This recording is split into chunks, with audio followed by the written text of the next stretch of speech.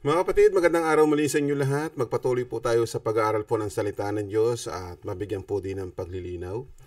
Ang panalangin ko po, mabigyan po tayo ng karunungan, kaalaman at pangunawa sa mga salita ng Diyos na mababasa po natin sa banal na kasulatan.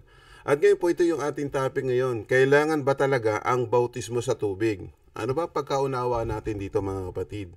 Kasi nga po, yung bautismo sa tubig, kung ililiteral natin, at alam naman natin, ito ay ginaganap ng bawat iglesia, no? Lahat, kahit anong sekta, may ganyang kaparaanan ng bautismo sa tubig.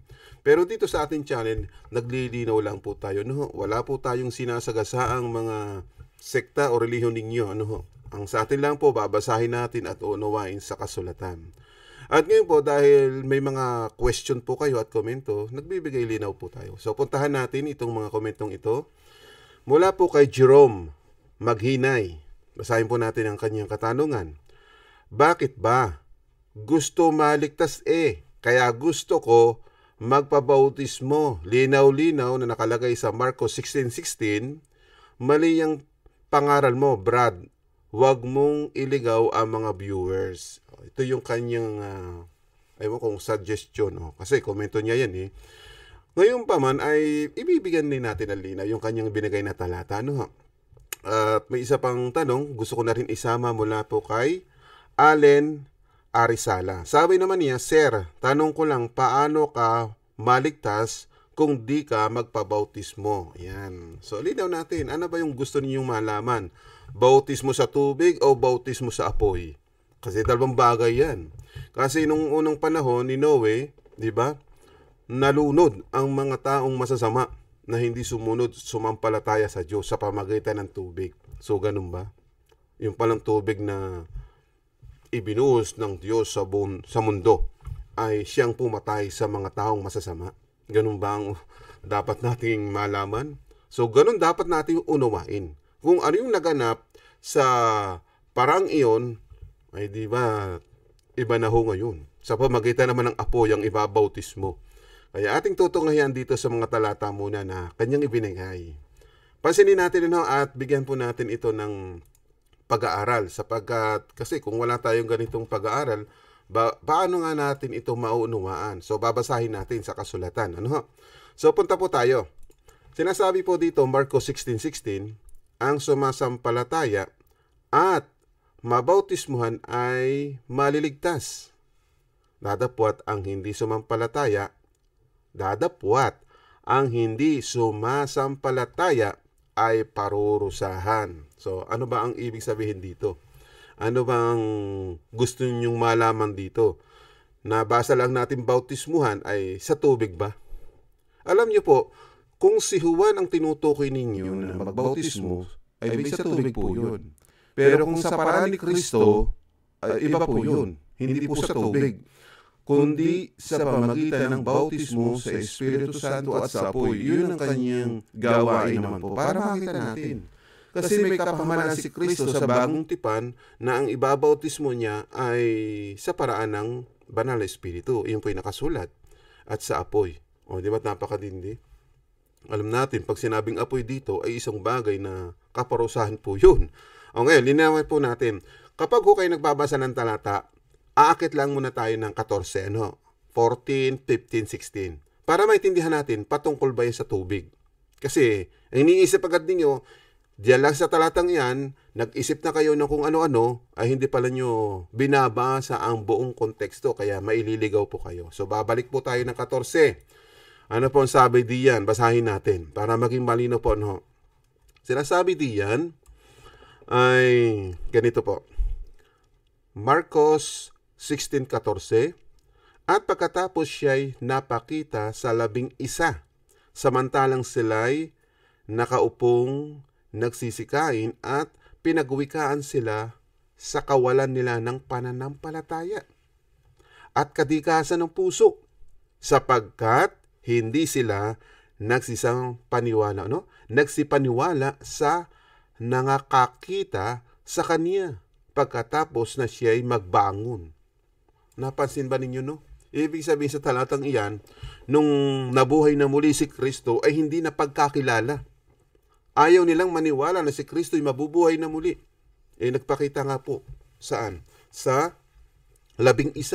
Kung itutuloy pa natin sa 15, at sinabi niya sa kanila, magsiayon kayo. Ano yung magsiyaon? May ibig sabihin, magsiyaon.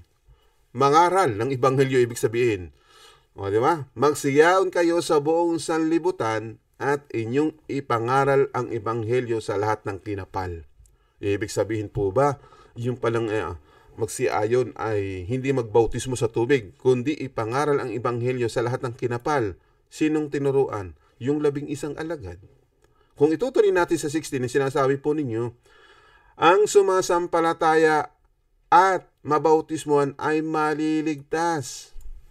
Tanda po ninyo si Kristo ang nag-utos doon sa 11. Anong ibabautismo? Siyempre, alam natin sa Espiritu Santo, hindi po sa tubig. Papakita natin ito mamaya. Kaya dito, nakita natin, yung daw hindi sasampalataya sa ginawa ni Kristo na siya'y namatay at muling nabuhay, dapat paniwalaan natin yun. Kasi mayroon pong pagkabuhay. Kasi sa panahon nila, hindi naniniwala ang mga tao sa pagkabuhay na muli ng mga patay. Yan ang tatandaan po natin. Ngayon, para maintindihan po pa kaibigan, ito po ang sinasabi ng kasulatan. So, pupuntahan natin. Ano yung sinasabi ni Kristo na bautismuhan? Sa tubig ba? Ito ang patunay. Sa Mateo 3:11. Sa katotohanan ay binabautismuhan ko kayo sa tubig ng pagsisisi. Si Juan Bautista dito ang nagsasalita. Datapwat ang dumarating sa hulihan ko ay lalong makapangyarihan kaysa sa akin, na hindi ako karapat-dapat magdala ng kanyang pangyapak. Siya ang sa inyo'y magbabautismo sa Espiritu Santo at sa apoy. Malinaw po, yan po ang kanyang kaparaanan. Si Kristo ang tinutukoy na kung saan ang kanyang kaparaanan sa pagbabautismo sa Espiritu Santo at apoy. Ibig sabihin, kapag ikaw ay nabautismohan sa Espiritu, bibigyan ka ng gabay. Pero kung hindi ka sasampalataya, ang ibabautismo sa apoy. Kung papaanong ang bautismo nung sinasabi ni Pedro doon sa kanyang mga sulat, yung palang bautismo, kaparusahan. Kung hindi ka magsisisi sa iyong kasalanan, kasi tinalakay na natin ito. Ang kahulugan ng bautismo, yan na nga po, yun ay pagsisisi, pagtalikod sa kasalanan. Yun ang kahulugan ng bautismo. Kasi ang iniisip natin, bautismo sa tubig. Kasi ganito, meron tayong binasa at patungkol sa ganitong paraan. Unang-una, para maintindihan natin ito, basahin natin yan. Para maunawaan ng mga bumabasa. Parang hindi yata nakakaunawa Ang sabi diyan sa unang Pedro 3:21, na ayon sa tunay na kahawig ngayoy nagligtas sa makatuwid bagay ang bautismo. Tuldok. Ibig sabihin, yung magliligtas, sino? Si Kristo. Ano yung kahawig na nagligtas? Sinasabi po diyan. Bago po natin ito umpisahan sa 20, magkaroon lang tayo ng linaw. Kasi po, ang bautismo na sinasabi diyan, yung bautismo ni Kristo, hindi yung kahawig na kung saan ay binautismohan sa tubig. Puntahan natin yung verse 20. Sinasabi diyan, ito yung panahon na kung saan ay nalubog ang tao sa tubig na lunod, nagkang mamatay sa pamagitan ng baha. Alamin natin ang pangyayari sa panahon ni Noe. Sa mga sulat ni Pedro, ito po. Unang Pedro 3:20. Alamin natin. Na ng unang panahon ay mga suwail. Tandaan po ninyo, bakit suwail? Sumama ang mga tao noon. Sa buong mundo yan si Noe lang, ang kanyang pamilya lang ang naging matuwid. Kasi si Noe lang ang sumunod sa Diyos na mayroong pananampalataya. Tuloy natin. Na ang pagpapahinuhod ng Diyos ay nanatili noong mga araw ni Noe. So, natatandaan po ba ninyo yung panahon ni Noe? Ginunaw ang mundo sa pamagitan ng baha. Tuloy natin.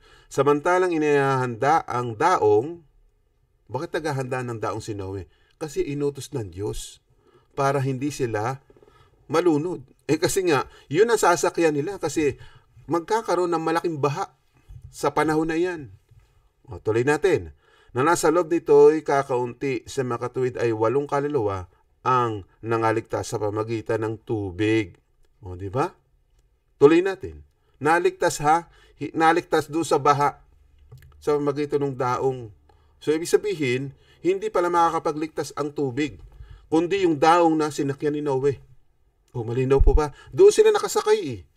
Kasi ang baha o yung tubig ay nakakapatay pala yun kasi nga doon naganap ang mga tao na lunod na kang mamatay sa pamamagitan ng baha. Sibra tubig po yun, yung bahang iyon. Tuloy natin. Para maintindihan natin itong verse 21. Na ayon sa tunay na kahawig ngayon, nagligtas sa makatwid bagay ang bautismo. Ano yung bautismo? Kung magsisisi ka. Kasi nung panahon ni Noe, hindi nagsisisi ang mga tao. Bakit? Ay nilunod sila sa pamamagitan ng tubig nung baha. O, di ba? Iyan baga ang unawa ninyo kung gusto pa rin ninyo ng bautismo. Ang bautismo na sinasabi doon sa Lumang Tipan o dito sa ating binabasa, no, ay nasa Lumang Tipan yan eh. Yung pinapaliwanag ni Apostol Pedro na kung saan yung mga tao doon suwail. Kaya ang ginawa ng Diyos para maligtas si Noe, pinagawa ng daong. Kasi nga magkakaroon ng malaking baha sa mundo para ang mga tao ay lipulin sa pamamagitan ng baha o ng tubig. O yung bang gusto ninyo? Tubig. Yung pala ang papatay sa inyo.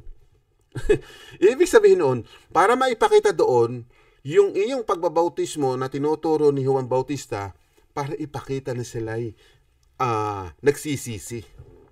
Bakit? Nang sa ganun ay hindi sila madamay sa parusa ng Diyos. Pero sa pagdating ni Kristo, iba yung kaparaanan niya, hindi na papatayin sa pamagitan ng tubig, sa pamagitan ng apoy na hindi namamatay. Kasi ang tubig naampat di ba? Naampat po yung tubig sa panahon ni Noe. Kay Kristo po hindi na po mamamatay yung apoy kung iyon ang ibabautismo sa iyo. Nageget ba ninyo? Kaya sinasabi diyan, hindi sa pag-aalis ng karumihan ng laman, kundi sa paghiling ng isang mabuting budhi sa Diyos sa pamamagitan ng pagkabuhay na maguli ni Jesucristo, yung pagkabuhay ni Kristo. Ngayon, si Kristo na ang magkakaroon ng authority kung ikaw ba'y itatapon sa impyerno, sa apoy.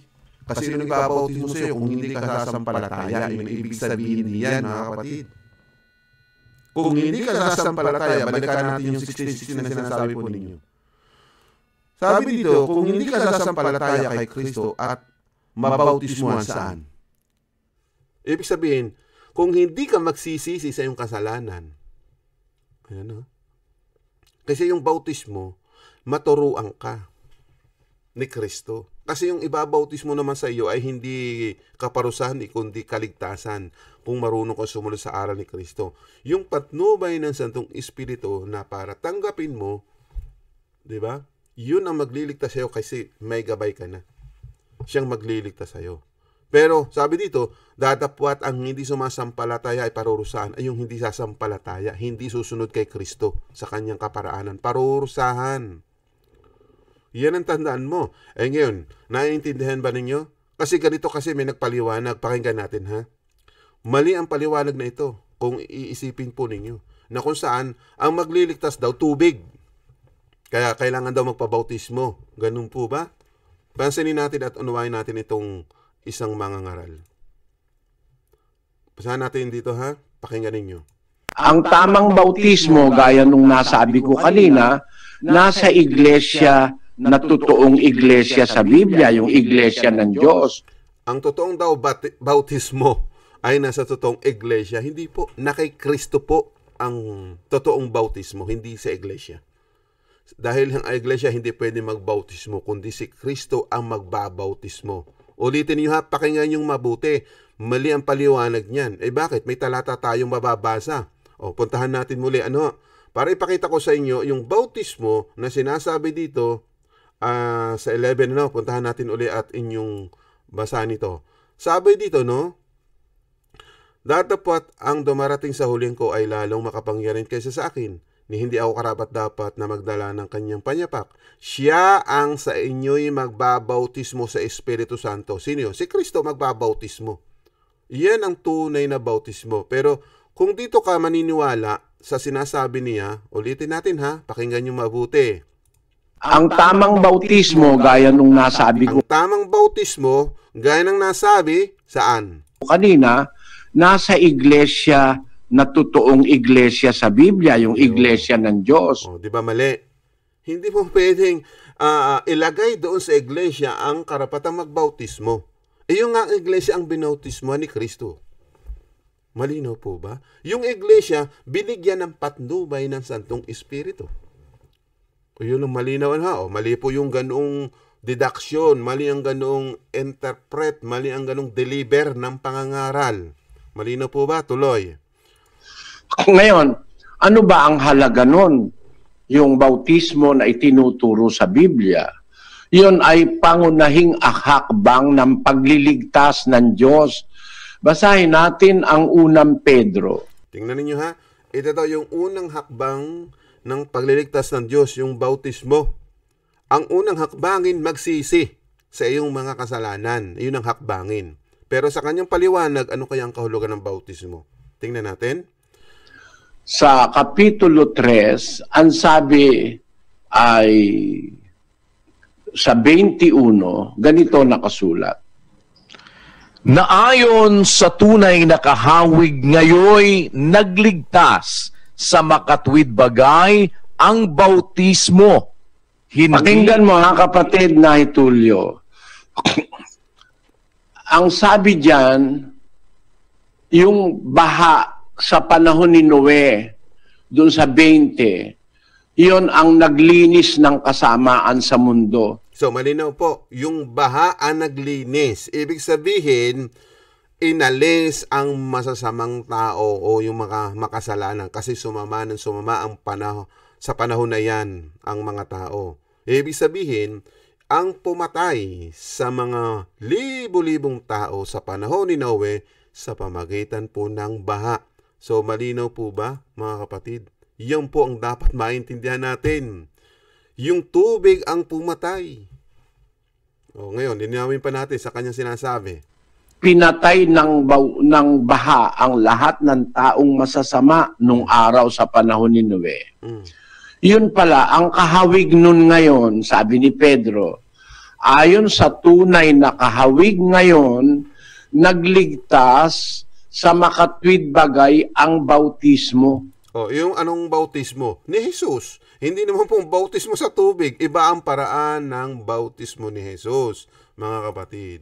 Dito sa mga nagtatanong, ang paraan po ng pagbabautismo ni Kristo ay bautismo sa Espiritu Santo at sa apoy. Yan ang dapat yung malaman. Alamin mo ang trabaho ng Banal na Espiritu, alamin mo yung ibabautismo sa yung apoy ay ano? Ay di ba't yun nga yung parusa? Kung papaanong ang parusa sa panahon ni Noe ay sa pamagitan ng tubig, di ba't naaampat yon? Pero pagdating kay Kristo, ang ibabautismo sa taong makasalanan, apoy na hindi na mamamatay. Tuloy pa natin ito. Ayun. Magkapareho yung tubig sa daong nung panahon ni Noe. Pareho daw yung tubig. Iba yung panahon ng bautismo na kung saan ay kamatayan ang naging resulta.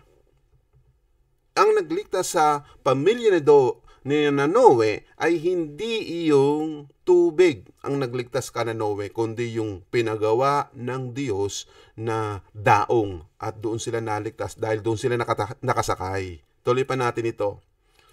Yung tubig ang nagligtas kila Noe. Mali! Yan ang sinasabi ko po sa inyo eh.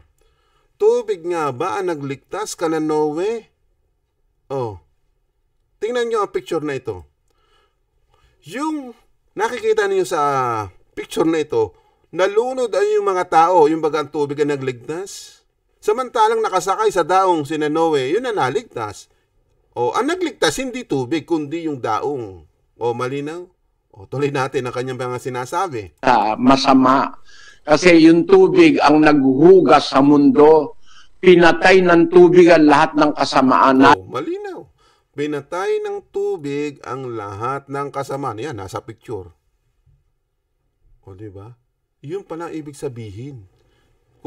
Para maintindihan natin ito sa spiritual, mga kapatid, yung ganitong kaparaanan, yung ibabautismo sa iyo, ay kung gusto mo ba na mangyari yan sa iyo, pinapakita yung bautismo na sinasabi dito, kaya nga magsisi ka nang hindi ka maparusahan dito Yan ay lumang tipan sa panahon ni Noe sa panahon ni Kristo, ang ibabautismo sa'yo, hindi na tubig.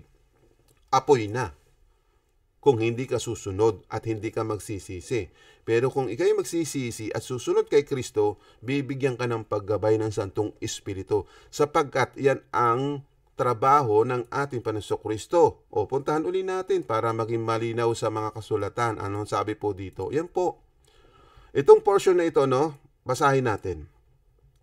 Siya ang magbabautismo sa inyo. Ayan, siya ang sa inyo'y magbabautismo sa Espiritu Santo at apoy. Bakit ka bibigyan ng Espiritu Santo? Para gabayan ka. Pero kung ayaw mo sumunod sa Kanya, hindi ka sumampalataya, apoy ang ibabautismo sa iyo, hindi tubig.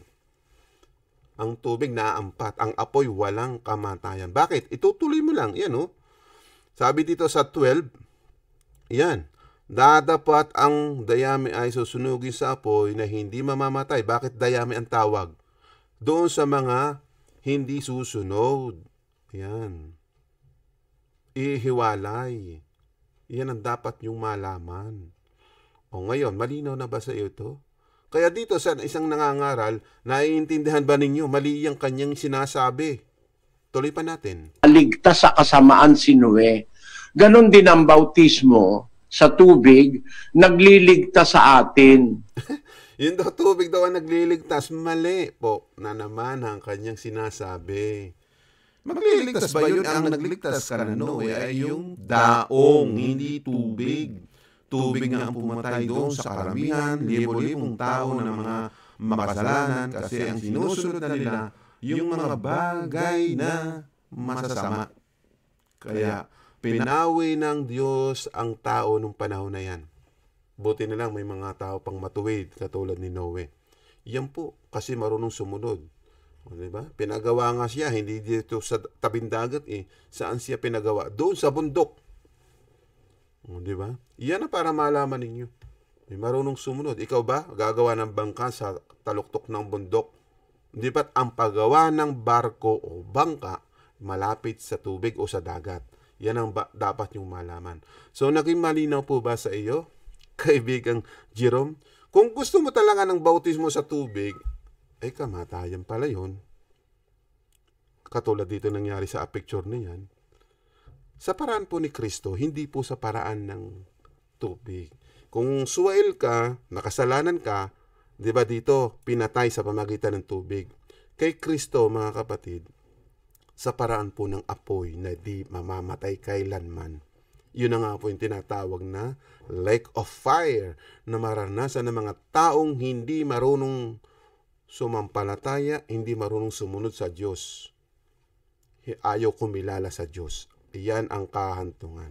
O to malinaw na sa iyo, kaibigan Jerome.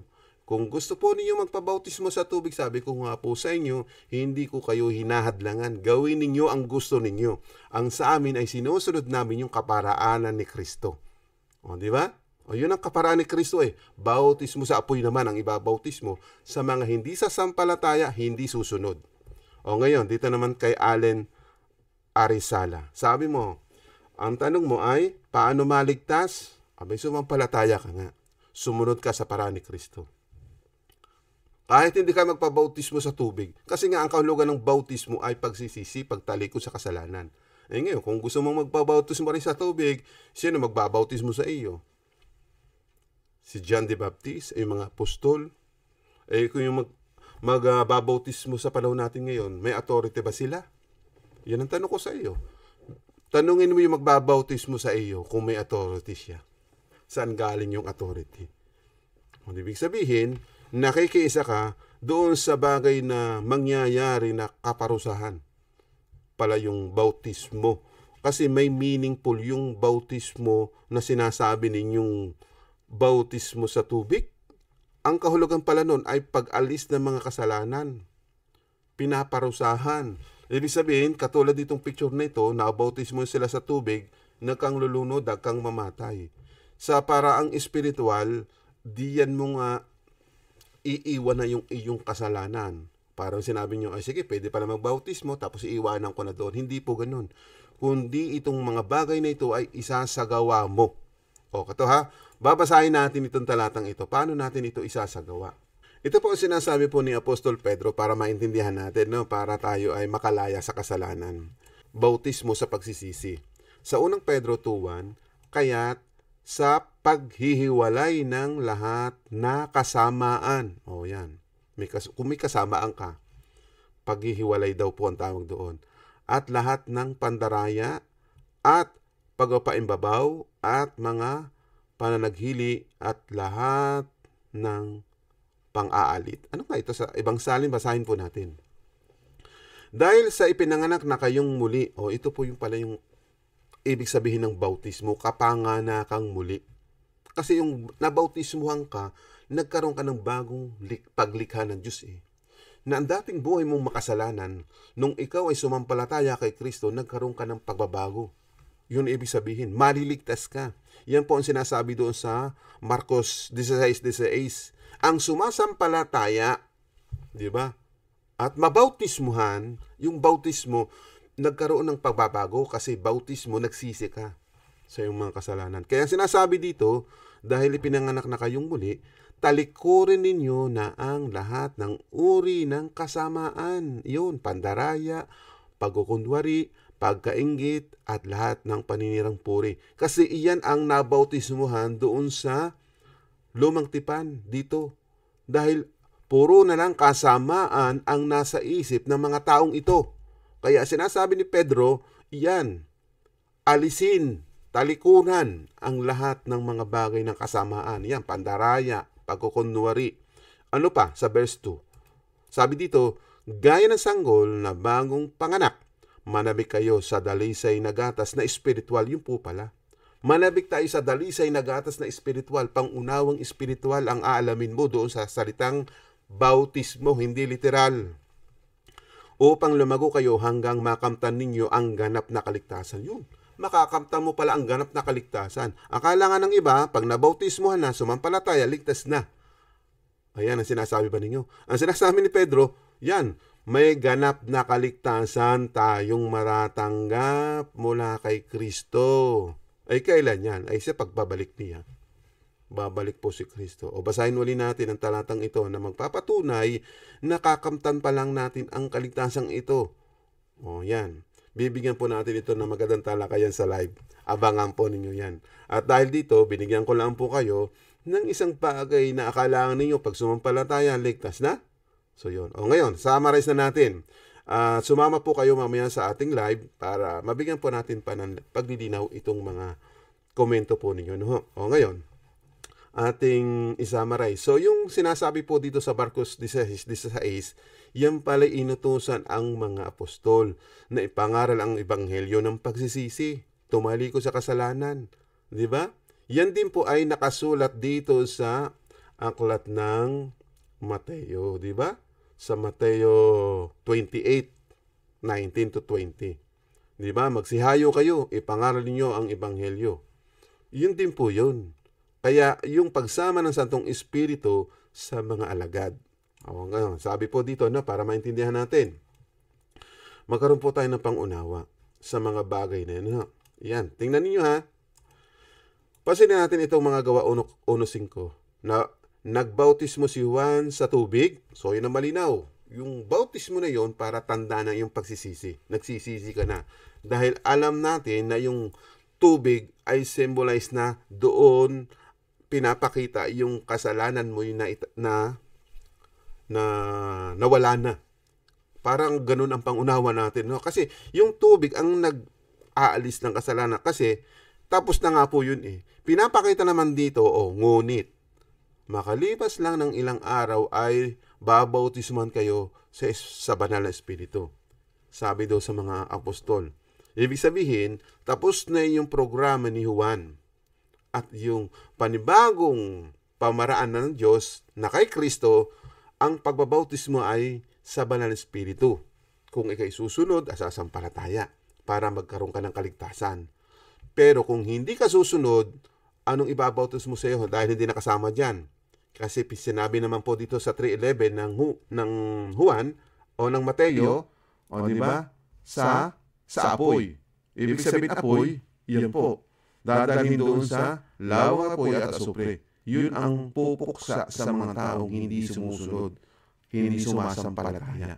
Makakaranas sila ng parusa ng Diyos hindi sa tubig. Katulad ng lumang tipan, di ba? Katulad po nito, sa tubig sila pinadaan para makang mamatay. Pero sa panahon po ni Kristo, ang ibabautismo ay apoy naman. Para doon sa mga taong walang pananampalataya, mga taong ayaw sumunod sa Diyos. Kaya yan po ang naging topic natin. Ito, balikan natin ang title natin. Kailangan nga ba talaga ang bautismo sa tubig? Kayo na ang sumagot kung kailangan pa o hindi na. Pero kailangan nating maunawaan, yung bautismo pala sa tubig ay tanda ng bagay na magsisi ka para hindi ka maparusahan. At yung bautismo ni Kristo sa apoy, parusa sa mga taong hindi sasampalataya sa Kanya. Okay? So magandang araw po sa inyo lahat. Pagpalain po kayo. Hanggang sa muli ng ating pag-aaral ng salita ng Diyos. Amen.